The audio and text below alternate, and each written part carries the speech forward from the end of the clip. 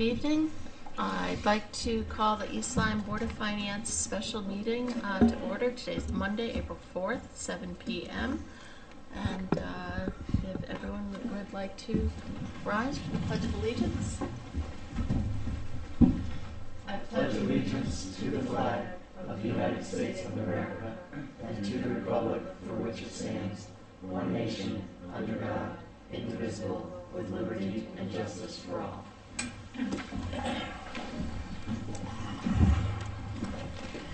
Next on the agenda is delegations, where any member of the public is free to speak to any item on the agenda. Not seeing any member of the public here.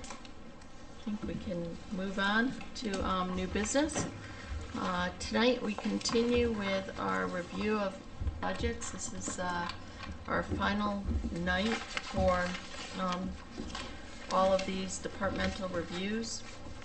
And then next week we will continue with our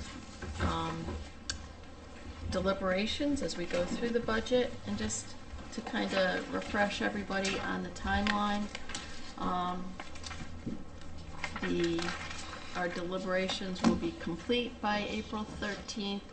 On April 11th, we should finish them, but if not, we can continue them at our regularly scheduled Board of Finance meeting on the 13th.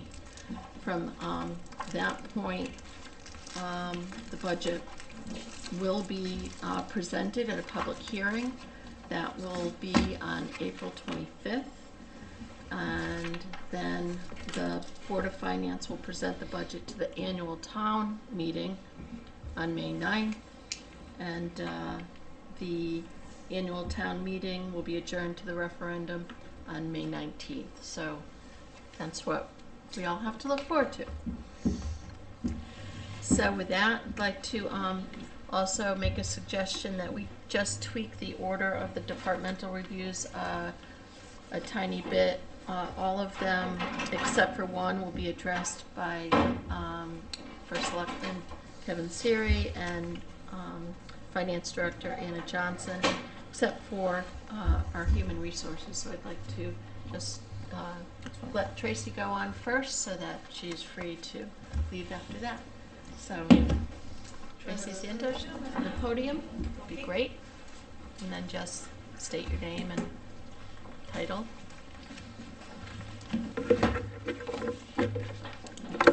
Good evening. Some of you look familiar to me, some are new. For those of you that don't know me, my name is Tracy Santos and I'm the Human Resources Director for the town of East Lyme. I have a little presentation. I don't know if you wanted that or you just want to ask questions, whatever you want. You go right ahead with your presentation, okay. Yes. All right. Since my arrival to the town this past July, many positive improvements have occurred. By increasing the hours of the position from 33 to 37.5 hours per week and approving funding for a part-time temporary assistant, we have been able to accomplish a lot of good things.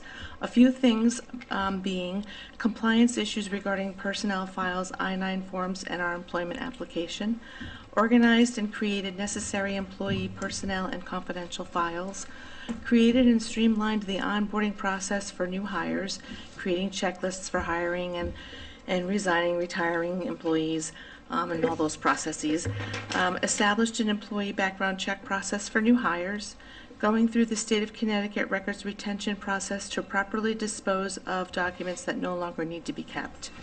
However, there's much more to be done. Automate our employee time and attendance system, which we are currently working on.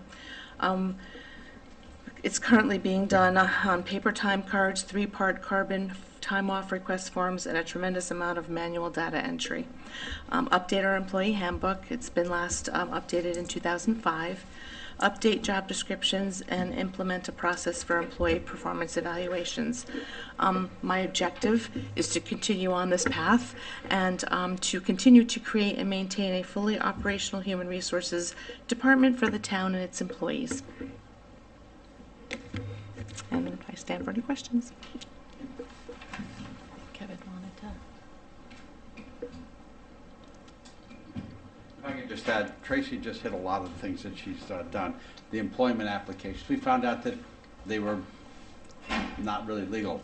She has corrected that. the time she spends with new hirees, getting them integrated into the system and so forth. The background checks, I think we've explained the fact that now we contract out to make sure once a person is offered a job, we make sure that we do a background check.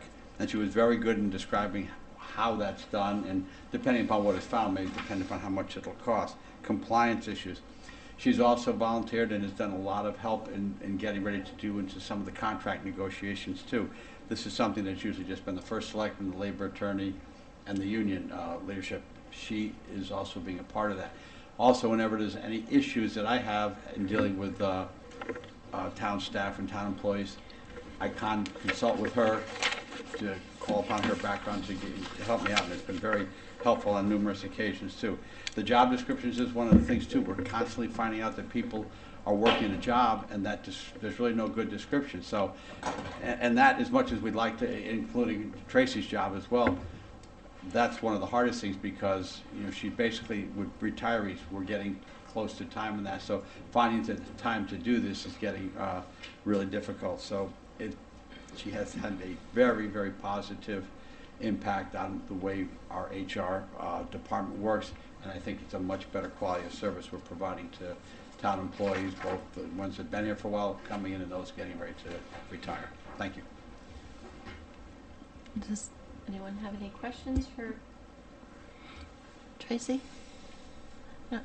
One thing I'll just lead, are you able to utilize the GFOA or CCM with job descriptions and salary ranges, things like that, just to make your job a little easier? Yes, and also I worked for the Waterford school system for a long time, so I have friends there that things that I've already developed there, they've been sharing with me, so that's been helpful as well. And using other resources, Stonington Human Resources Director has been wonderful, so yes, I've been able to use those resources. And I think one of the things, Anna, you'd been doing a lot was with the retirees who might be asking about pension, and is that moved over to you? Whether I have. Is that for Anna? I wasn't sure where that sort of working with the retirees on their pension. Sure. So I have been requested from many employees to do estimates and whatnot for them. So I've been working on that. There has been a lot of turnover since I've been here, so that's been consuming a lot of time with exiting employees and recruiting new employees. But yes, to answer your question, but we both kind of work on that together, especially now that we have we're using U.S. Bank, as you know. Yep. So, and we need to we're responsible for more of the input and data entry, if you will, for putting the retirees' information into U.S. Bank's online portal. So we're working together on that. Is your assistant, is it full-time, or is it just at certain peak times that you have an assistant? I just acquired the assistant a few months ago, and she'll be here until June. The Board of Selectmen and the Board of Finance allotted a $10,000 stipend for her, and basically what she's been doing is helping me organize the office. Like I said in my presentation, we had to create proper personnel files and confidential files for every employee, purging old information, filing things that we're finding in different separate files into these files so that everything is in its proper place.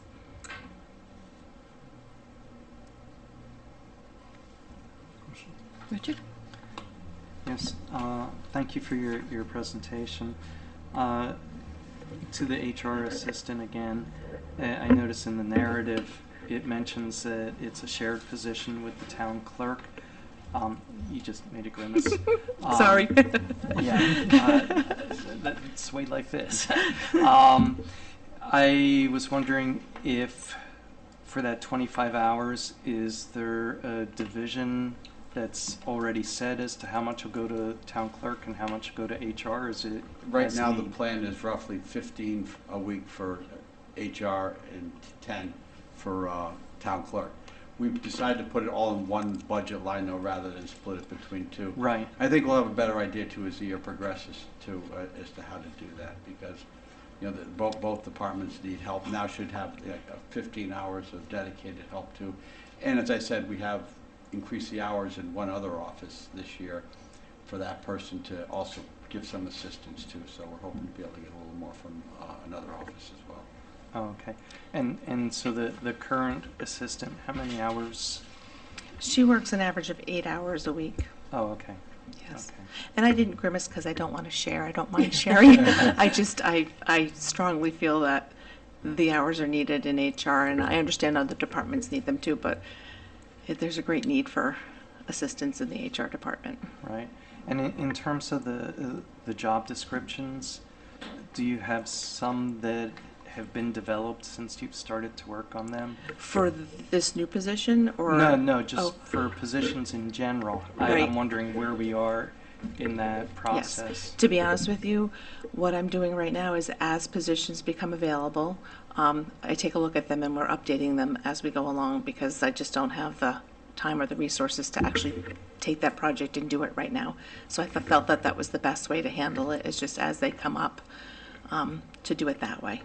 Oh, okay. Rich, also too, there's been a couple areas where people were moved into positions that didn't exist. So Tracy had to work with union leadership and so forth to develop those positions. So things are getting significantly better, but it's only, having to address, other, issues first before we can move on with those definitive areas. Oh, okay. Okay. Thank you. Anybody else? Good. Thank you. All right, thank you for your time. Thank I you. appreciate it.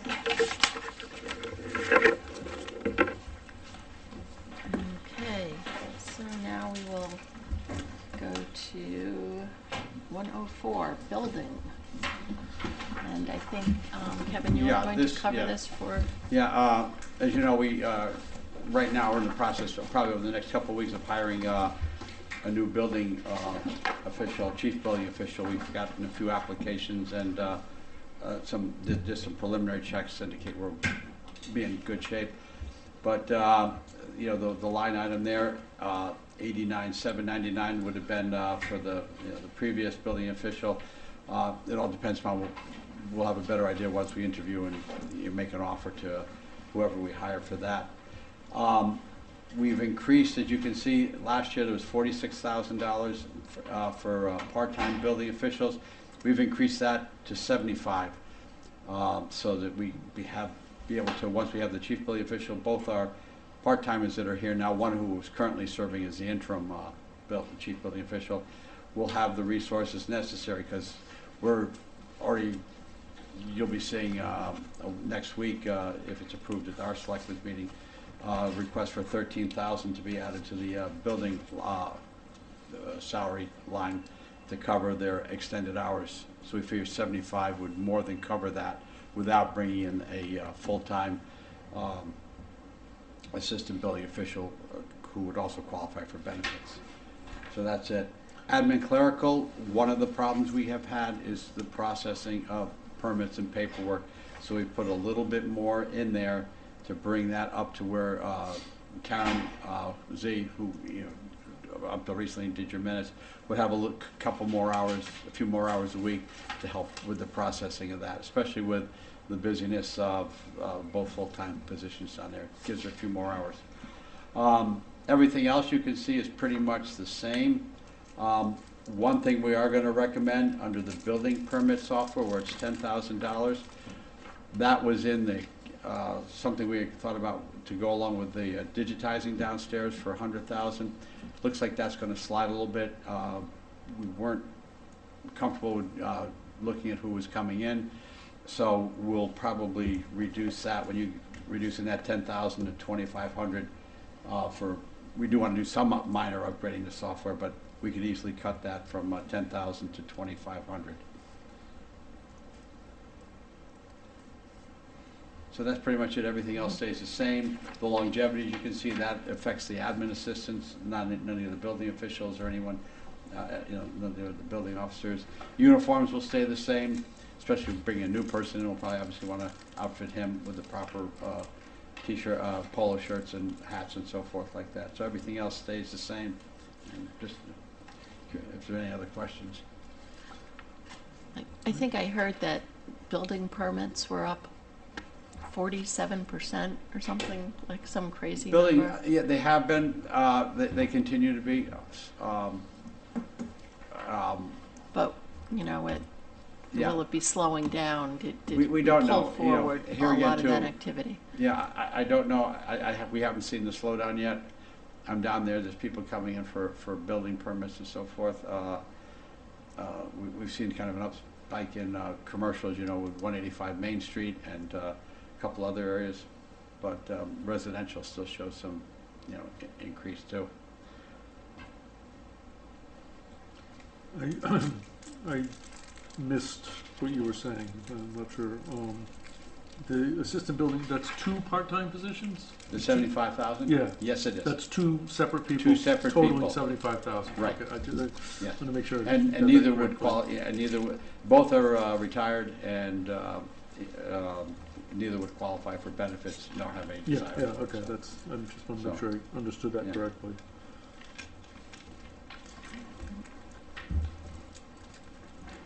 It's not budget related, but how long do you think it would take to, what's the plan for filling that position? I think it's gonna be What was few put more out, months out. one of the things we put out on the, closing date with the Southeastern Connecticut Council of Governments was April 15th, so my intent would be to interview the following week, and, well, I don't think we need probably more than 3 or 4 people. I think we'd be able to have that filled before the end of the month.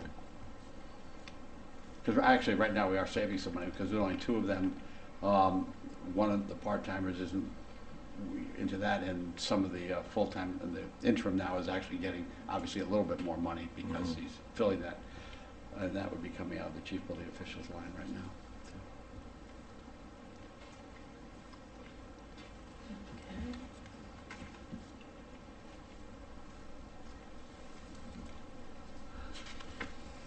Anyone else? Questions? No? All right. We can move to the contingency, 120.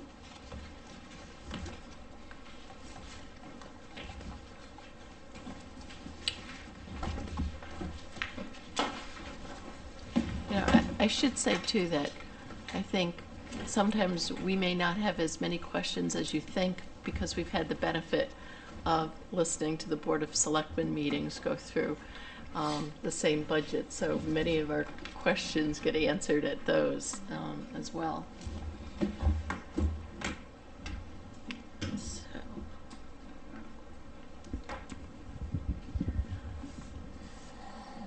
So, Anna? so the contingency department, we have 2 accounts in there. One is for payroll contingency, and another is just for an overall budget contingency. So, you know, you've had some requests already come before you during this fiscal year, and then we've taken from the regular contingency. And next fiscal year, at this point, we have none of our groups have what the annual general wage increases will be approved. All of our collective bargaining agreements expire on June of, in June of this year. We do have a tentative agreement with the dispatchers. The dispatchers, and I believe the police, we're working to do a 1-year extension of their contracts to 6/30/23, and then do full negotiations with the UPSU group and the firefighters as well. So this way, in future years, the expiration dates will be different. We won't have all 4 of them expiring at the same time. This year, what we did last fiscal year is with 2 of the groups, we did 1-year extensions, because no one wanted to sit in a room together and negotiate, because, because of COVID, things hadn't really opened up yet. So we're in a situation where we have all 4 of our unions, as well as the non-affiliated, without any approved general wage increases. So Kevin and I had multiple discussions and came up with an approach to, how to look at what we think we might end up with through the negotiations process. So that's why that number is a little on the high side. And then the regular contingency, at 175. What we will do and what we have been doing is in the current fiscal year, anything that we have remaining in that contingency account in this year's budget, we will ask to carry it over into next year's budget so that, you know, we bolster it up a little bit. At this point in time, we have a balance of about $105,000, and there are 2 requests moving forward through the board, so that would be, you know, less by the end of the fiscal year. Does anyone have any questions? Yes, I see in the narrative that for the payroll contingency, the Board of Selectmen reduced it by $53,000. With the cost of living and inflation being what it is, do you think it's wise to have reduced the contingency for employment?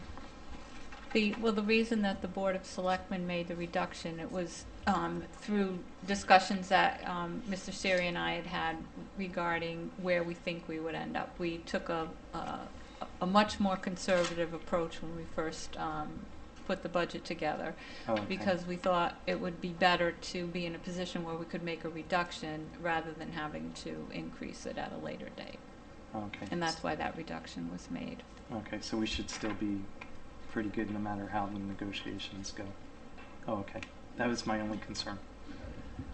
I'm very confident we'd be very comfortable because Anna has put a couple of factors in there that I think will more than take care of some of the concerns we have. One of the things I think we pointed out that the UPSU union has stayed on, hasn't had any step increases.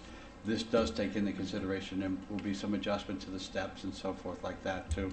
And she made sure, Anna made sure it mirrored anything that we've seen in other contracts and so forth like that going forward. So, you know, and this year it was, the wage increase was 2.25. It's not going to be that, but it's not going to be either the, you know, equivalent to the cost of living either. Right. You know, and the unions are aware of that too. So, but the one thing we don't want to be is short in that, and we are making sure of that. Okay. But thank you, Rich, for bringing that up. That's a very good point.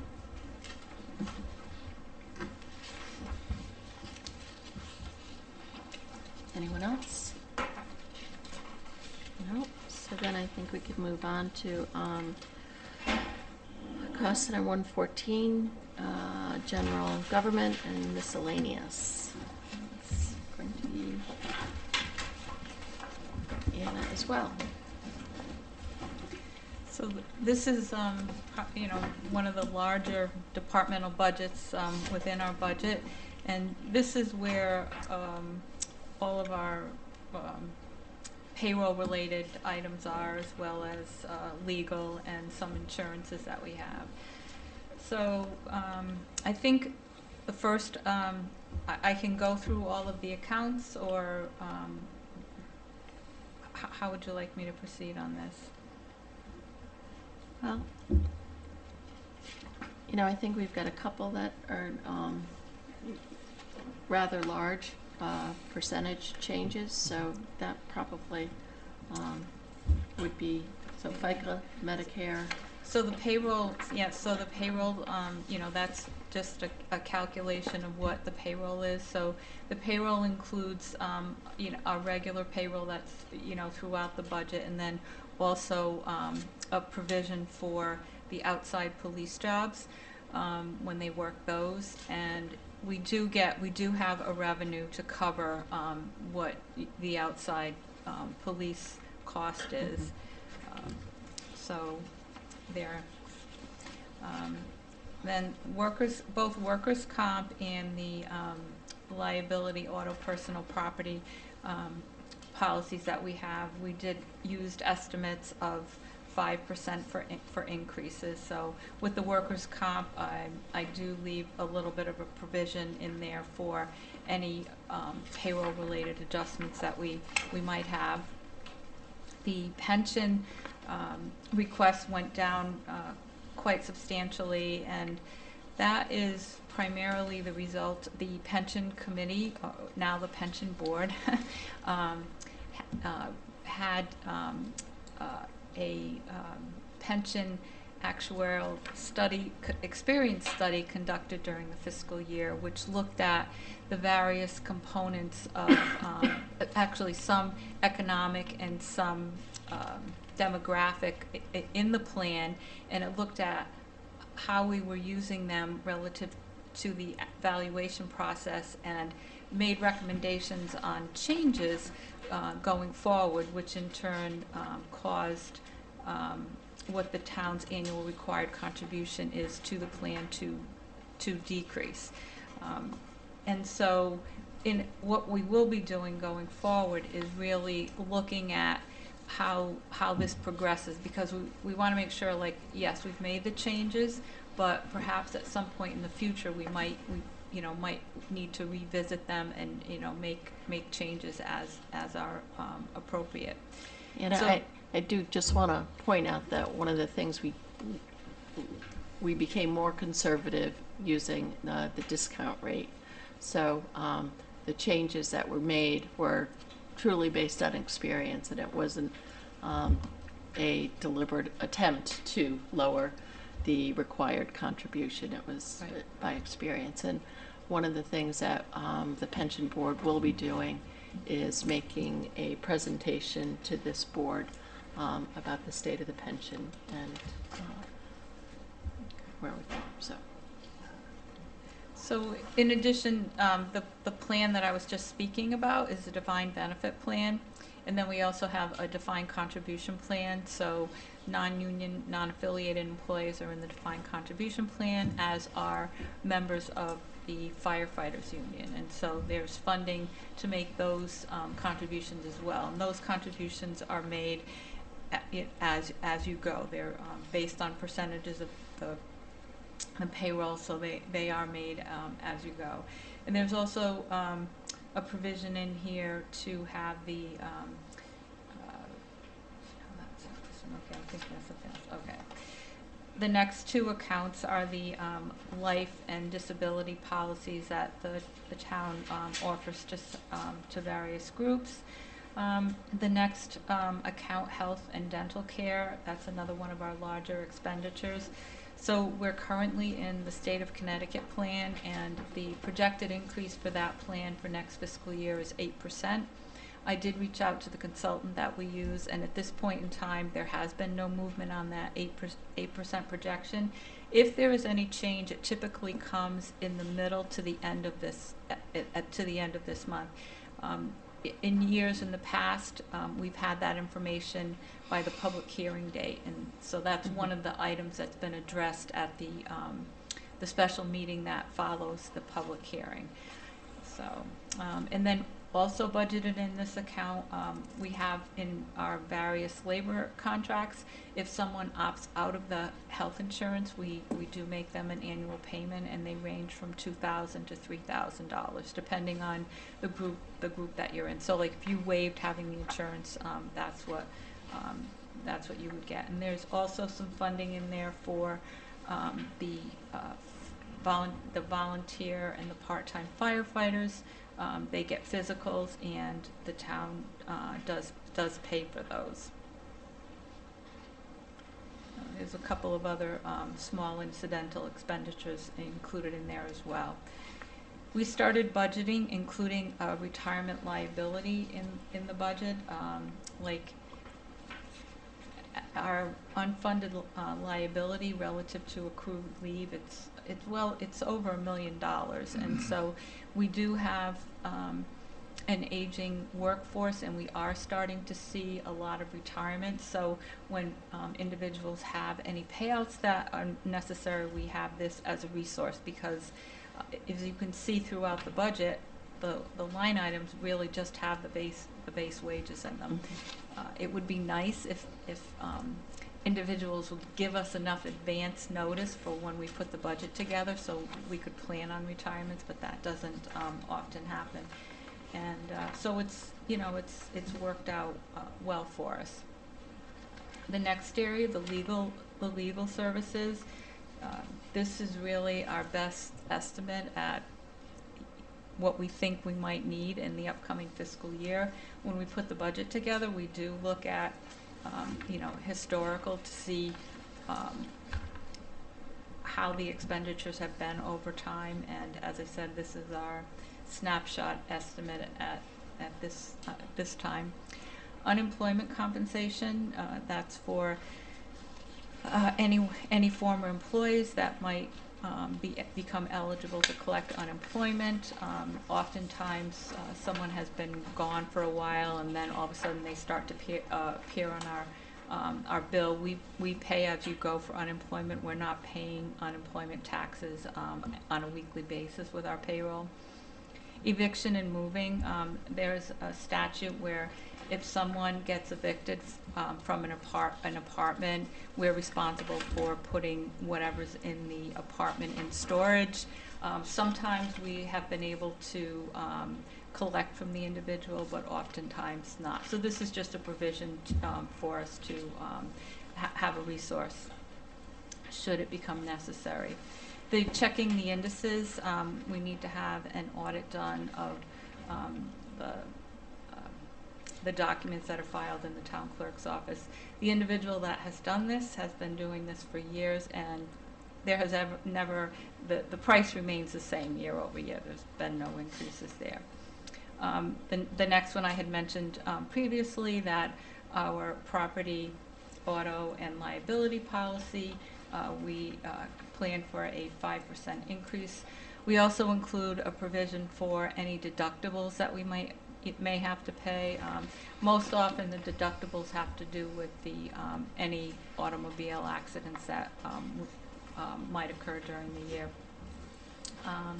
And then let's see what else we have a couple of incidental policies that are included here. One being the crime law enforcement policy, and then we have one for the tax collector's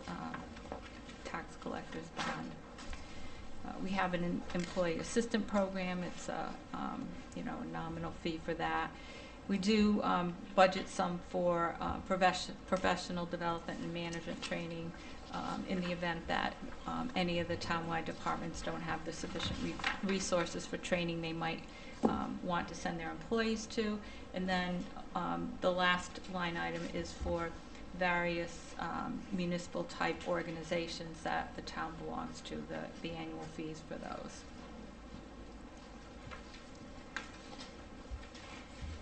Does anyone have any questions?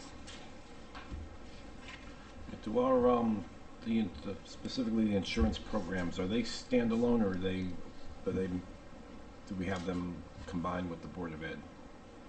So actually, both the town and the Board of Ed, our policies are with KERMA.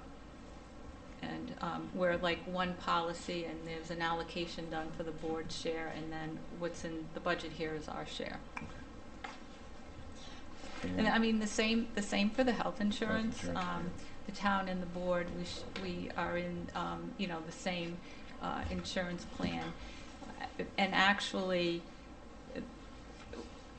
if the town were on its own, it would probably be more expensive for us than being in a group with the Board of Education, because it makes us a larger group. Yeah, more people to spread it out. And on the property, does that include, we have cyber coverage on that as well? At the moment, we do not. It's been something that we've been trying to pursue. Thank you. Good point.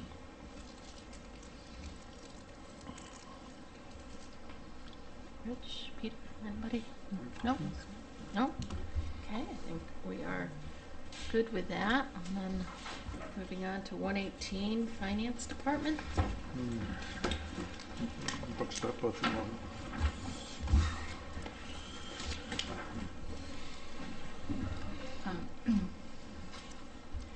So the Finance Department is primarily wages, and there are some other operational expenses. So and also the treasurer's wage, if you will, is included in the Finance Department. The treasurer is an elected position. We do have a staff accountant.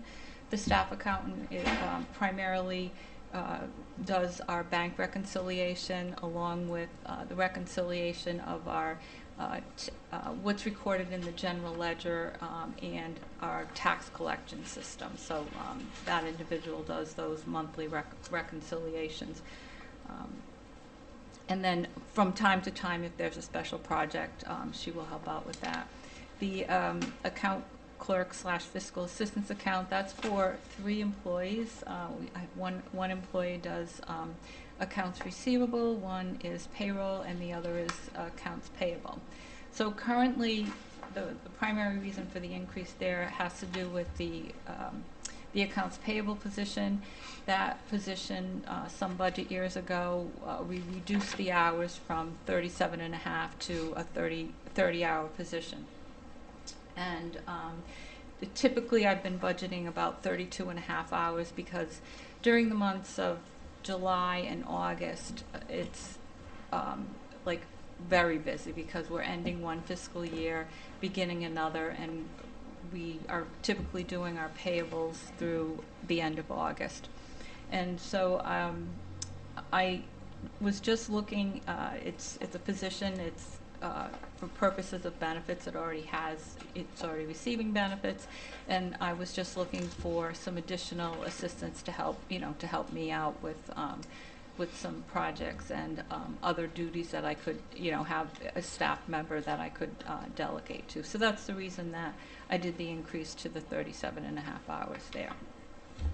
Longevity, that's contractual. The other large increase that we have is with the maintenance of office equipment. So we are in the process of upgrading our accounting software to the Munis platform. So beginning next fiscal year, we'll have some new maintenance fees there, as well as the Nova time and attendance. We're including the annual maintenance fee in the finance budget. Both of those fees are roughly for half the year, so there would be an increase in a subsequent year for those softwares. Yes, the Munis, if I remember correctly, the schools were going in with that as well. Correct, yes. Oh, okay. And that's a pretty popular software package for municipalities. Well, it is widely used throughout the state, so it's exciting in that we would have, we'd be able to network with others and, get some maximum benefits there. All pretty straightforward. Oh, one last question. With that line 215, do you anticipate it'll stay up at that level 48, or in the future will it come down? No, it won't come. It will go not up. be. Okay. It will not be coming down. Yes. Oh, okay. I wasn't sure with getting into the new systems if it was kind of a bigger charge up front, but okay. No. Oh, I see what you're saying. Yeah. No. Thank you. Nice try. All right. And Board of Finance, which is pretty much what we're doing here. So I don't know whether, Anna, you want to say anything about audit services, but we basically have a small amount for our recording secretary and some printing, but other than that, it's all in the audit service contract. It's about half and half between the Board of Ed and town and the audit services. The town does pay more than the Board of Ed does, but there's also water and sewer pays a portion of it as well.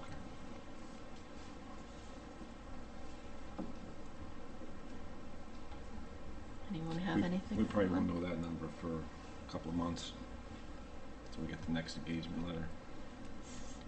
Hopefully they're not going to go too crazy.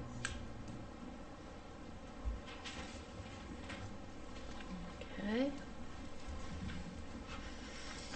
Now, debt debt service. 126, excuse me, 522.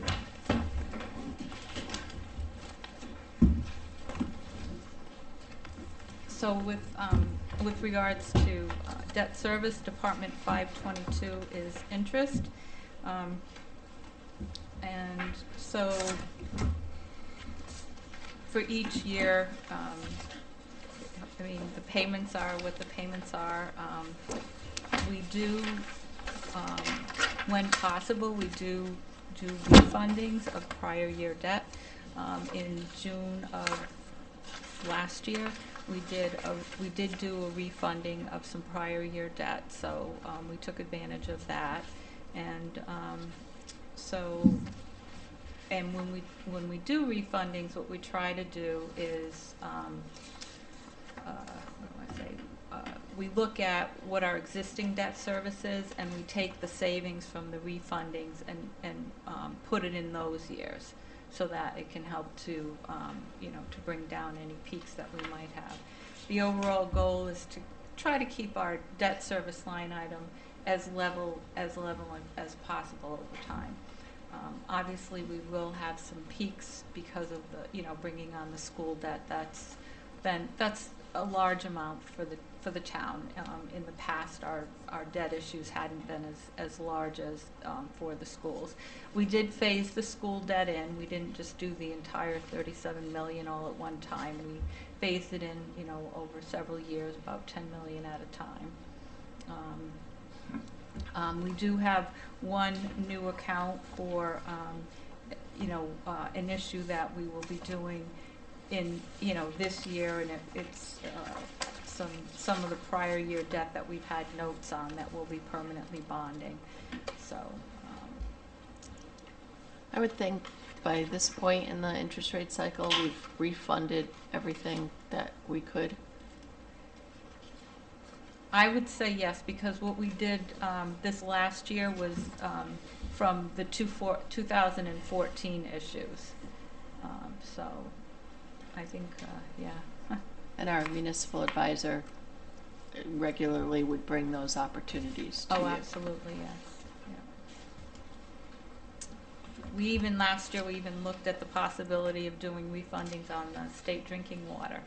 However, several municipalities were, so you had to send a letter and get in line to wait. So the window, the opportunity kind of went away before we came up on the list, so. And then Department 523 are the interest payments on the debt. So we have one department where we budget the interest, and the other where we budget the principal.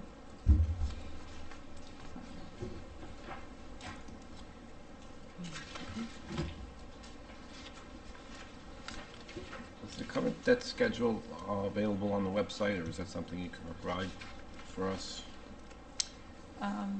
We don't have something on the website, but what would you want? Like all the principal and Yes. and interest that goes to your. Basically, like over the next 20 years, what it looks like, Yeah. or what we have right Yeah, now. you had a slide last year, in one of the presentations. I think when the school, I don't know if it's maybe a in- couple of years ago when the schools were coming up, there was a slide we that had- showed like a 20-year lookout. We did pro formas, yes. Yeah. I don't know if I know there's something included with the and with the audit, but I don't think that That's a maybe that just goes out a couple of years. that's Just trying to get a flavor for what's happening. like a carry forward, and it doesn't like, I think what you're looking for is more issue by issue. Yeah. Yeah.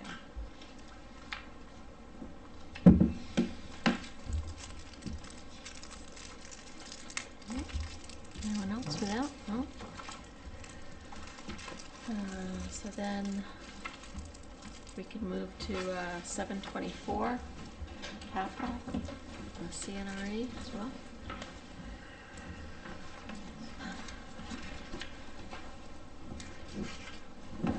So, Department 724, the first budget account is municipal CNRE. So that's the subsidy from the general fund that we put into the CNRE fund. So there was a spreadsheet included with the, the narratives, and so it kind of lists what's in each of the accounts. So for example, for the CNRE subsidy, it includes $4,000 for CAD software, $10,300 for town projects, HVAC replacement townwide, $15,500, projects townwide, $25,000, townwide servers, $5,000, revaluation, $45,000, the East Lyme Waterford patrol boat, $8,500, and AED defibrillators, $2,000. I don't know if you remember when they were doing the public safety budgets, they talked about the defibrillators. So the reason we're putting the funding in CNRE is that it rolls over from year to year, and it appears that would be a better fit for us. So those are the different items that would be going into the CNRE fund. Then the town computer equipment, this is what we budget every year. Our IT supervisor has a list of the town equipment, and we do replacements every year to the equipment that's most in need. The next account, the town, the vehicle for engineering, that's an acquisition payment. So every year we've been doing financing plans to purchase new vehicles and equipment, and so this is the department within the budget that we make those payments. Parks and recreation equipment, that's all prior year and acquisition payments. Niantic Fire and Flanders Fire, there's a list of the items that the funding includes. It's turnout gear, their SCBA cylinders, some fire hose, thermal and imaging camera, and then in Flanders there's an acquisition payment for a vehicle that was purchased for the chief's use.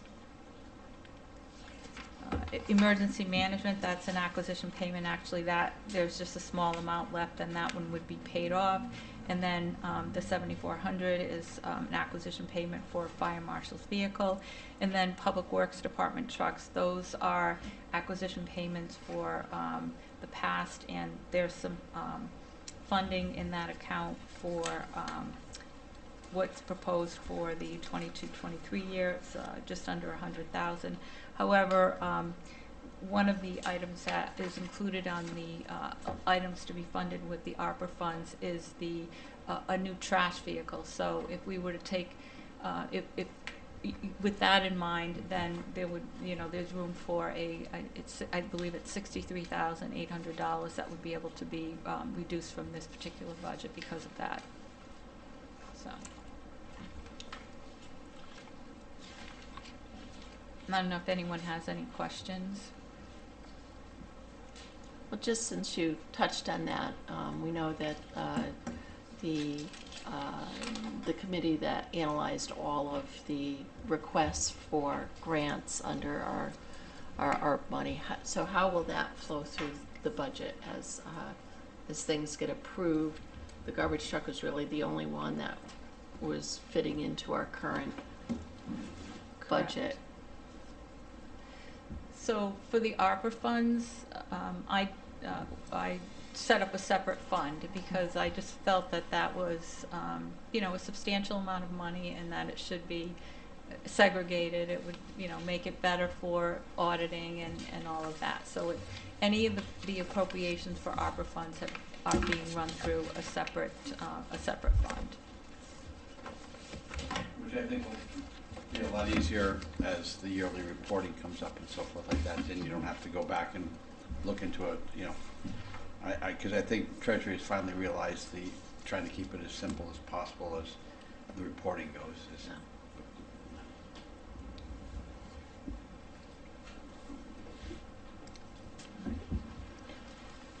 Anyone have any questions for Anna on that? No? And then we do have revenues. our list here. Now I'm like, where is it in my book? That was the beginning. So, in your maroon folders tonight, Very beginning. I just want to mention that I included the end of March revenue and budget expenditure reports. I just thought as you look into what, your deliberations are going to be on Monday evening, that it would be helpful to have the March reports at this time. I also included an update of the CNRE fund, a copy of the capital improvement plan. It is on the Board of Selectmen's agenda for approval on Wednesday night, but I just thought, since, we have some new members on the board, that you might want to, be taking a look at it. And also the items that are included in the recommendations from the ARP committee are included in the CIP, the ones that are specific to the town. So I thought that would be helpful. And also included in the folders were responses to from the Board of Ed relative to the Board of Selectmen member comments. So that was in there as well. So we do have discussion of CNRE on the agenda tonight, so I don't know if you want to take a look at the spreadsheet that deals with the CNRE fund, and I'll just kind of explain it to you. So it's really a listing of various projects that have been approved over time in the CNRE fund, listing the budget, any transfers, encumbrances, what's been expended, a balance if any, and then there's a column that highlights what the status is. So some of them will say, like the very first one is revaluation. So there's currently a balance there, and it's an ongoing and carry forward. And then there are various that have been completed. Some of them are, you'll see there's amounts highlighted. Those projects have been completed. There are small balances remaining.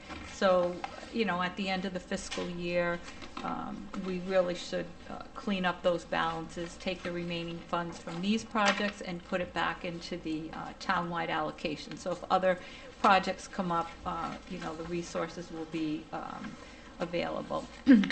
There is $10,000 for a matching grant for the Samuel Smith House. So there's a grant that's been applied for, and part of the requirements of the grant is that the town have matching funds. So that was allocated a couple of years ago, so it's there available when the time comes up.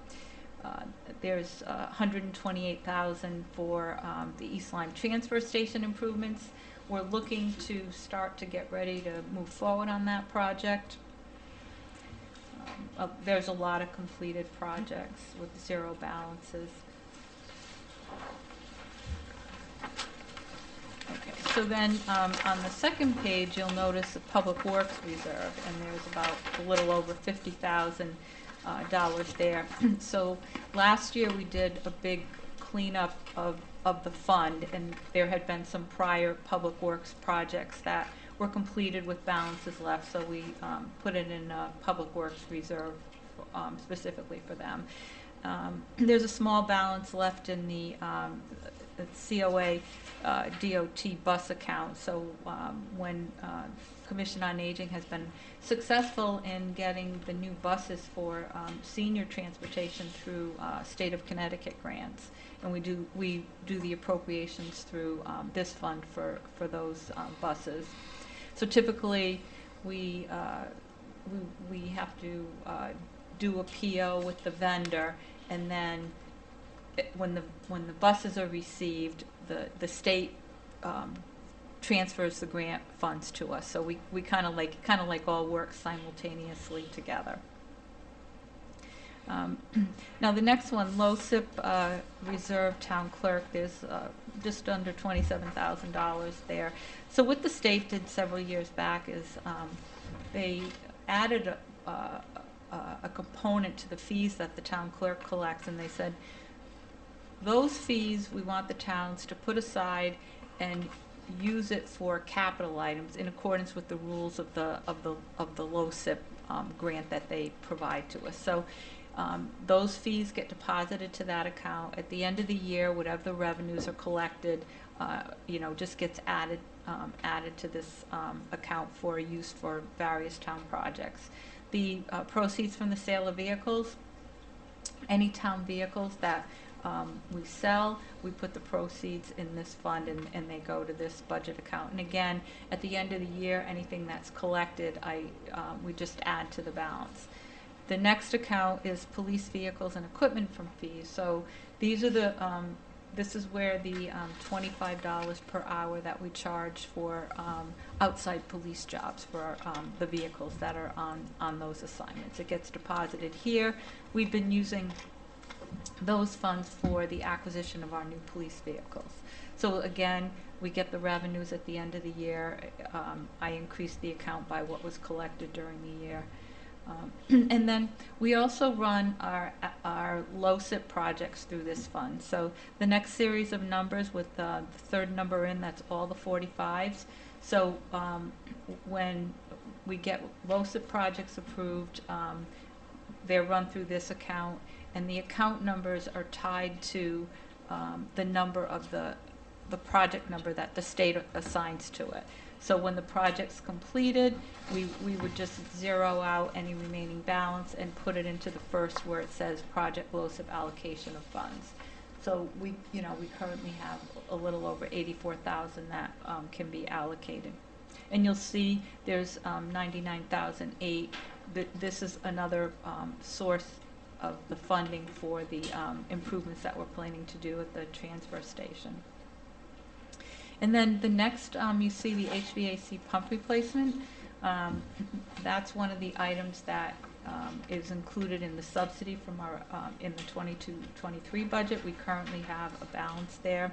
And then various townwide roof replacements and the sidewalk repair. So these are items that are partially funded by the annual subsidy. And then another one is the servers. So the reason that we have this server account here is, 3 to 5 years ago, we had a server meltdown, and it was pretty bad. So after that, we said, you know what, we need to have a source of funds so that when we need to replace any of our servers, the funds are available. So that's how that account came about. Then the Cheney Park restrooms, that's something we'll be able to reallocate. And so the next account, townwide projects, there's currently a balance of $245,000 in that account. A portion of that is FEMA funds. So last year when we received the FEMA reimbursement, there was, I think it's about 176,000 of this balance has to do with the funds remaining from that FEMA grant. And the discussion was to use a portion of them to make repairs to the boardwalk. So there'll be some items forthcoming relative to that in the near future. And then we also have just under 130,000 for the East Lyme pool roof reserve. So many years ago, when the pool building was constructed, there was an issue with the roof, and there was a lawsuit. And this is the proceeds from the lawsuit, and it was just put in this account, set aside for when it's needed. Now there's a Learn reserve. So there was Learn used to rent space in the Willie B. Haynes school, and those funds, the rent funds, were put into CNRE into this account. So they're no longer renting from renting that space. So the balance remaining is the 154, and that's what it will remain until such time that the Board of Ed comes before the boards and asks for those funds to be reallocated. And then there's another Lily B. Haynes projects. That's something that is to be determined, meaning I need to do more research on that one. And then there is East Lyme High School turf field replacement. So the new turf field that's at the high school, this is a little bit of funding for any future need for that turf. And It's like then, a 10-year cycle or something? pardon? 10 years, every 10 years it needs Yeah, to see, they're averaging more like 14. 14. And then the last one that I have highlighted is 25,100, and that is so the Board of Ed had asked to put funds in an account for energy saving initiatives, and I guess they didn't move forward with them or were able to get them done with other resources. So that's something that would really need to go back into their Learn Reserve, because that's where the funds were appropriated from. So it's just highlighted, it's something that needs to be cleaned up, but that's something that really should come from the Board of Ed. So this is just kind of like an overview of funds that are in the CNRE fund, just to, the Board of Finance has always kind of wanted to look at this during the budget process. And then at the end of the year, we'll go through and do all the line item closing out of everything, or? Yeah, that's what we should do. And I try maybe to Fiscal give year. you, and, give you this every 3 or 4 months or so to take a look at, but always during the budget process. Anna? On the Learn Reserve, are there restrictions as to how the Board of Ed can use that money, or is it completely at their discretion as to what projects they want to do? It has been at their discretion. However, they are required to come through the appropriations process. So the Board of Ed makes a request to the Board of Selectmen. Board of Selectmen approves it, then it comes to the Board of Finance, and typically they're over $10,000 requests, so they do also go to town meeting. Okay, thank you. Okay. Thank you, Anna. Anyone have any other questions for Anna or Kevin? Good. Oh, now on to public discussion. There is no public in the room. So you had revenues, do you want to go over? Oh, you're right, I'm sorry. I always seem to miss one. I get to the end and I You mean just, we make money too? We can take in money too? This is money we get. yes, this is the fun one.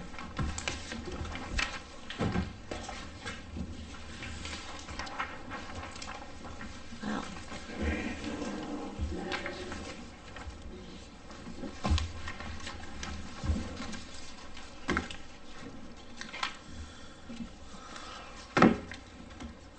So I see we're over 100% on a number of items already this far into the year.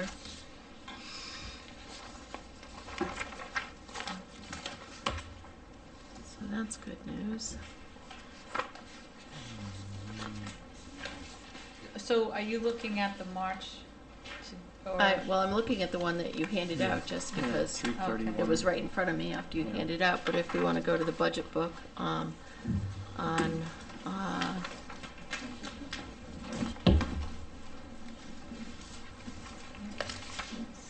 So one of the things, I did reach out to my contact relative to the state revenue. So at this point, there have been no changes. The Finance and Appropriations Committee is looking at the revenue proposal for next fiscal year. The legislature is slated to finish their work on May 4th. So it's, like a moving fluid,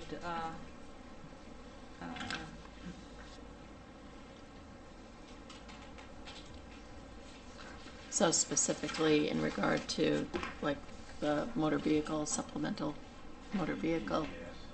So the PCS. supplemental motor vehicles, that's included like in the taxes current grand list. So one of the adjustments that is made to the grand list is there's a provision made for an estimate for what we think the supplemental grand list will be in January. So like you take the base grand list and add a supplemental motor vehicle component to it. So it is included in the current taxes account. And you're projecting what for a tax collection rate? I believe I used 98.2.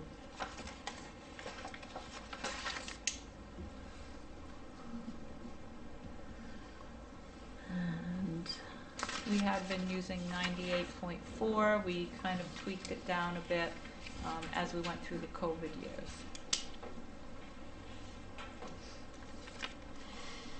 and our experience for last year, was that closer?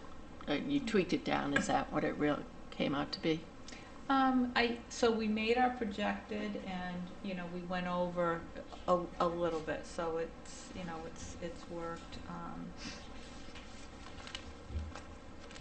Okay. Now, in our current year, because of the tax sale process, we have at this point received payment from about 1/3 of the list, and it's a little, it's over 600,000. There's still more to come. So,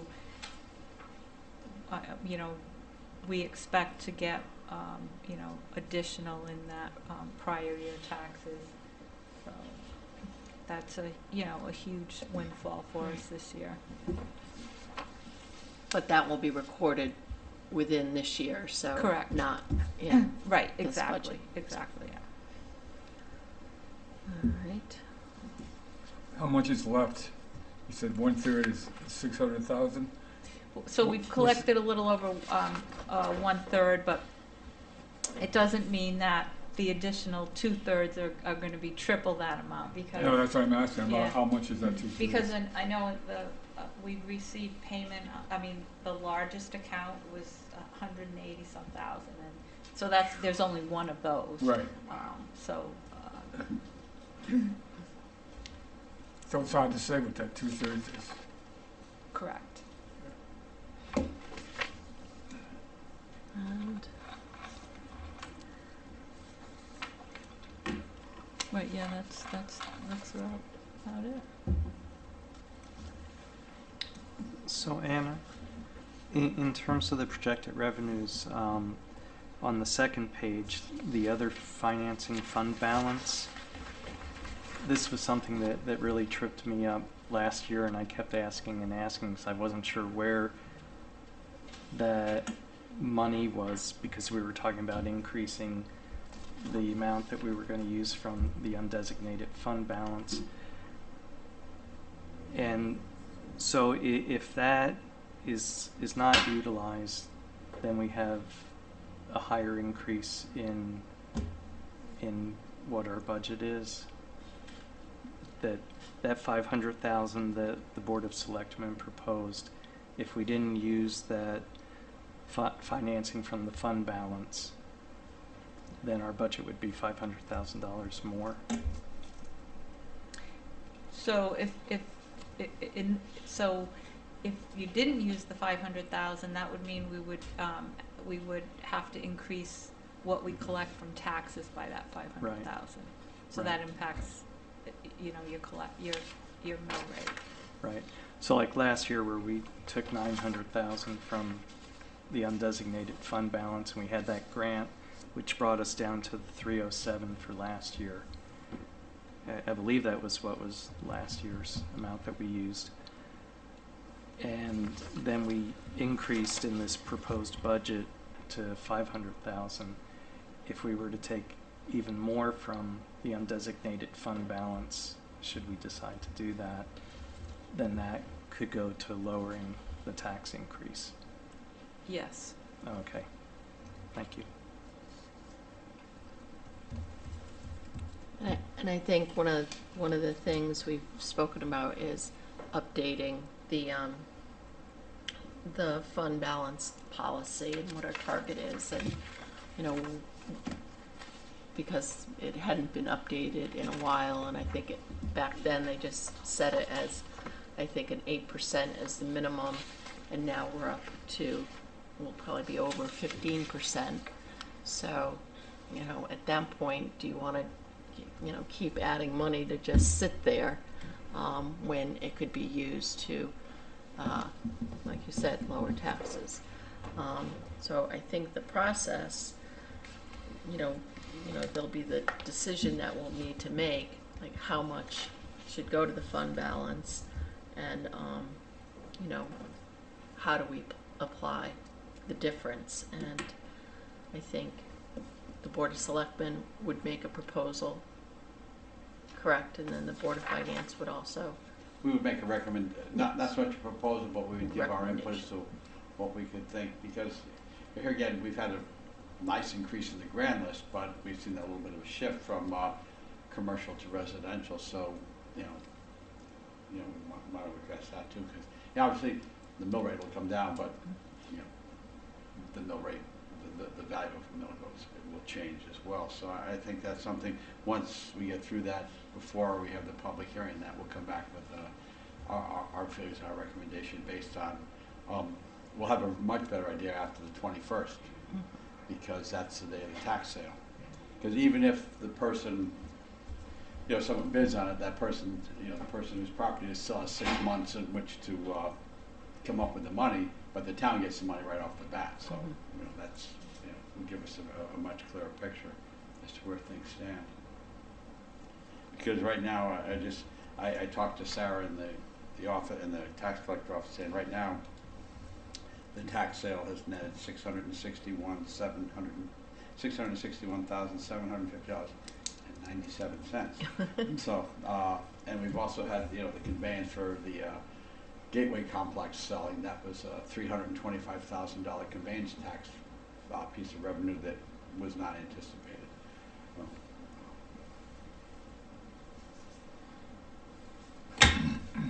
And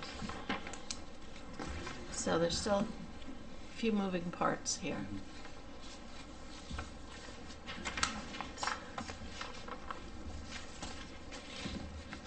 So the tuition, other districts, just backing up, so that's the Salem students, and the payment comes to the town, and then does that flow back to the Board of Ed in some manner, or just stays here? So it's one of our projected revenues for the budget, so it goes, it's a revenue done that way. Yeah, so it's primarily the Salem students. There are a few other students scattered throughout the district that are tuition-paying students that are paying privately. And we decreased what we expected there. Do we have, at this point, we know how many students are planning on coming, or is that?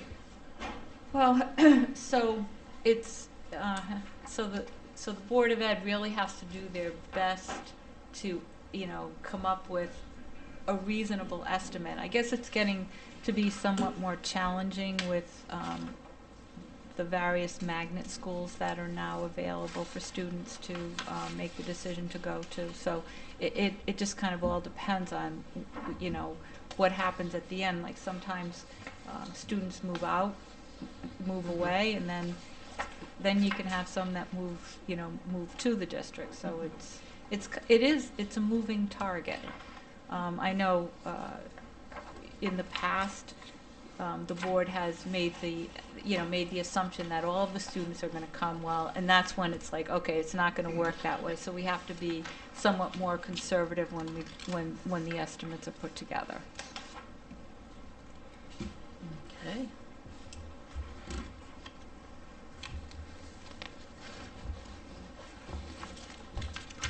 Questions from anyone?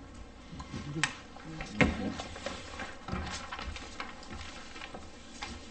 So then, that kind of brings us to the end of our departmental reviews. And I've lost my agenda. There it is. So, next would be public discussion. So this is when any member of the public can address the board on any item that would come before the Board of Finance under our purview. Anyone like to? I do have one member here from the public. You talking to me? If you I want to. can't hear you. Okay. Speak up. Sorry, I said public discussion is the part of the meeting we're at right now. If there were. Tax evaluation, is this room here? No. No, sir. Where's that? This is the Board of Assessment Appeals across the hall. Thank you.